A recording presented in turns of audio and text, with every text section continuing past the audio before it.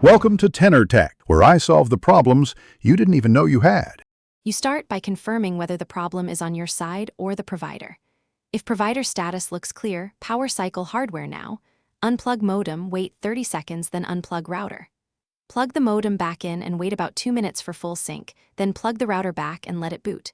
While waiting, note router model, device OS, and whether other devices see the network. Once done, you'll be ready for targeted checks if the connection still fails. Now isolate whether the issue is Wi-Fi or the internet itself. Connect one device via Ethernet.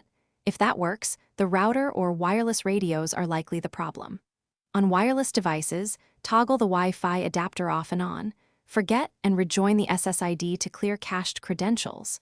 Log into the router's admin page to check WAN IP and DNS entries.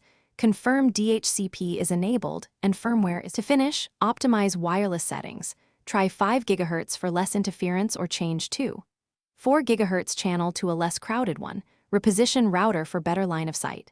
If problems persist, back up your router config and perform a factory reset. This clears corrupted settings that can block connections. After reset, reconfigure SSID, password, and security. If you still have no internet, contact your ISP and provide WAN status, error logs, and the steps you've taken so they can escalate quickly.